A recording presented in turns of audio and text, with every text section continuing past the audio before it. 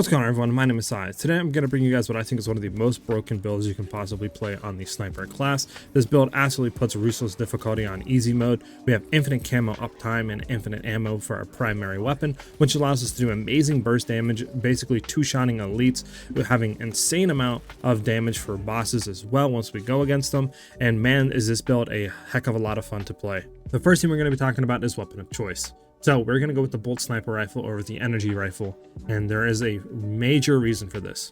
The major reason is because in the energy rifle, basically to keep your ammo up, you have to hit multiple enemies, whereas the bolt sniper, to keep your ammo up, you don't. It doesn't matter if there's one enemy, one boss, or 10 to 15 enemies, you will have infinite primary ammo. Whereas, like I said, the energy rifle, you have to be hitting multiple ammo to really keep that ammo reserve at max. Also, if you guys watched the video and you do enjoy it and you do want to support me, the best way you can do that is by hitting that like and subscribe button. It really lets me know you guys are enjoying these type of videos, and it lets YouTube know as well. Alright, let's get back to the video. So what version of the primary weapon do I recommend? Well, I recommend using the Affiliate Liberation. This is going to give us the most damage for the bolt sniper rifle.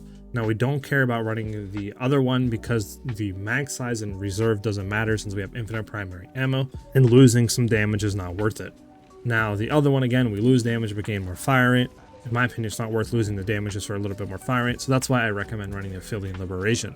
Now, for the weapon perks here, the first tier, we're going to be taking Longshot. This is going to make us do 10% more damage as long as we're 20 meters or more away from the enemy, which we basically always are since we have camo up pretty much 100% of the time, allowing us to stay in it, keep our distance, and keep this perk up. For the next one we're taking is Survival Instinct. This is going to give us 25% more damage when we're below 30% health, which we basically can keep up all the time because, like I said, we have infinite camo, which will allow us to basically have zero aggression and aggro on enemies, which we can keep that health threshold, basically that 30% for that 25% more damage. Next, we're going to go Adamantine Grip just so we can jump up to the top tier of perks, which this will reduce our recoil, which is nice, but like I said, we're mainly using this just so we can get the fast regeneration. This way, enemies we kill will give us our armor back half a second earlier, which is absolutely amazing. Then we're taking Headhunter and another Headhunter in the line to get 20% more headshot damage, which is just going to give the weapon more damage and allow us to kill elites, bosses, and enemies even quicker than we normally could if we didn't take those two perks. Now we're going to be dropping down to grab Increased Capacity. This is going to give us 20% more ammo reserves in our weapon, which is nice, but we take this so we can take the following skill, Reload Restoration. This skill is what's going to allow us to have infinite primary ammo in this sniper. Now, what it reads is basically, after reloading, your ammo reserve is restored by 50% of the number of enemies hit, cannot exceed the maximum ammo capacity.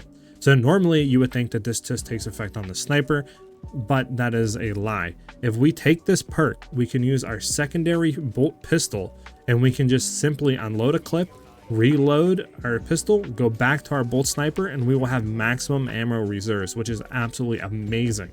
Then the last perk you're going to take is just Great Might. This is going to give us 10% more damage against terminus enemies, and that basically sums up the perk tree for the bolt sniper rifle.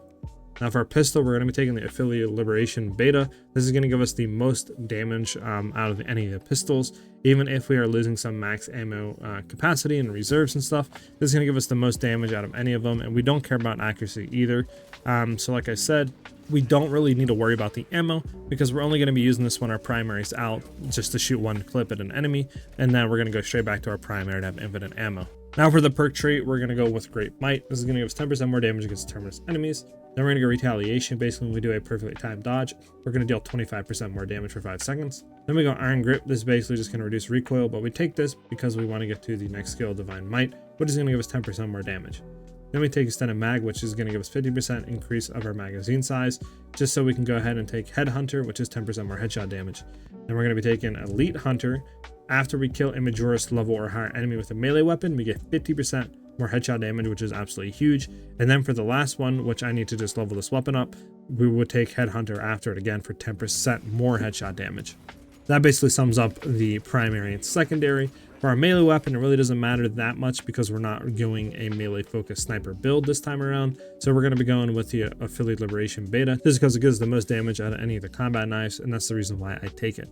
If you wanted to have more AoE or cleaving or anything like that, you could take some of the other two, like the Blood of Versus, but I don't really need to take it, and we're never going to be in melee range, so that's why I just go ahead and take the Affiliate Liberation Beta. Now for the perk tree, it doesn't really matter too much. I just take perpetual strength for more melee, then kinetic energy for even more melee damage on consecutive heavy attack hits. Then we're taking perpetual strength for 5% more melee.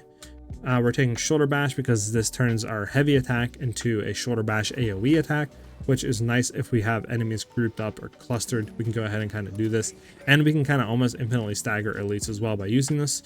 Then we're going to take Tyranid Slayer, which gives us 10% more damage, melee damage against Tyranid enemies.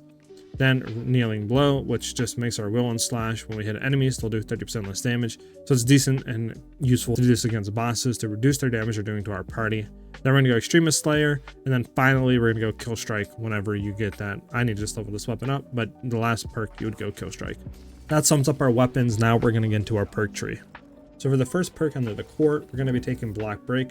This is going to basically make us deal 25% of normal range damage against blocked or shielded enemies. This is just nice if they're rushing some of our teammates or us while they're in that blocked state. We can at least do some damage to them.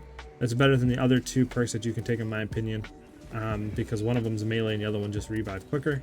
For the next set, we're going to take Vantage Point. This is going to make us basically do 20% more primary weapon damage if we're standing still for 2 seconds, which we almost always are because we have, like I said, infinite camo, which means we'll have 0 aggression and enemies won't even know where we're at. So we can basically be sitting still all the time in a fight, which will give us 20% more primary weapon damage. On top of everything else, just makes our weapon and sniper do so much damage. Now for the last perk, we're going to take Iron Grip. This is going to reduce our recoil in our bolt sniper rifles and stalker bolt rifles by 30%. The reason why we take this basically is because the other 2 perks don't do anything for us. One is bolt carbines and the other one is for the energy sniper. So we have to take Iron Grip to even have any sort of effect on this build. Now for our team perk, I do go Marksmanship for 10% more headshot damage, but alternatively, if you wanted to have more team synergy and allow your team to have more of their alts up, you could go for Squad Renew. Basically, it just makes a headshot kill restore 10% ability charge for any squad member. You could go for that, but I like just having more damage for all of our squad members.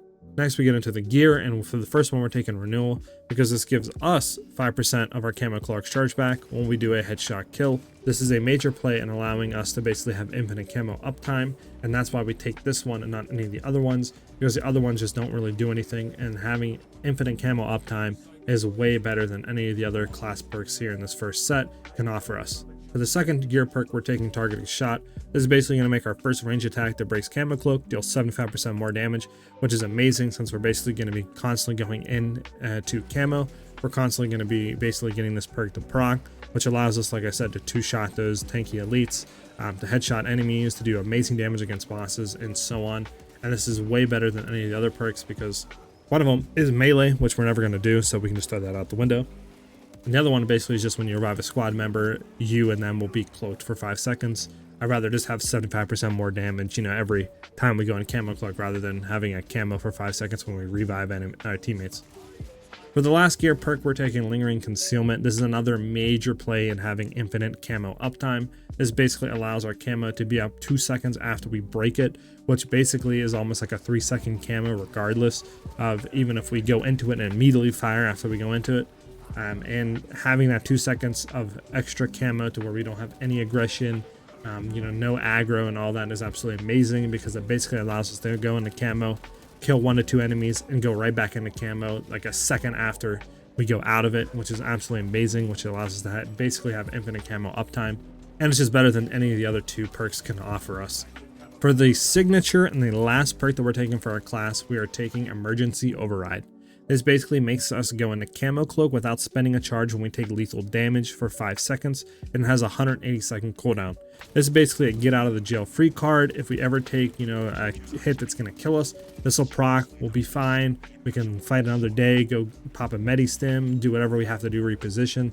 This is better than any of the other ones. Evasion's good, but we're never going to be trying to perfectly time dodges, playing a sniper range build where we want to be at 20 meters or longer for that damage increase. So this is kind of useless. And then the last one is good, but we already are getting our camo back really fast, and having this on a 180-second cooldown, rather just have, a get out of the jail free card if we ever do basically take lethal damage. So that's why I take Emergency Override over everything else in the signature line. So that covers our weapons, our weapon perks, our class perks, basically why we choose the class perks and why we choose the bolt sniper over the energy rifle. pretty much covered everything. If I didn't, please let me know in the comment section below and I will answer you guys. If you have any questions, again, let me know. I would love to answer them. Hope you guys do enjoy the build in the video. Like I said, this is one of the most broken builds that I've possibly played. It absolutely puts everything on easy mode, and I know you guys are really going to love it. Hope you guys have a great rest of your day or night, depending when you're watching this video, and I'll see you guys in the next one. Peace.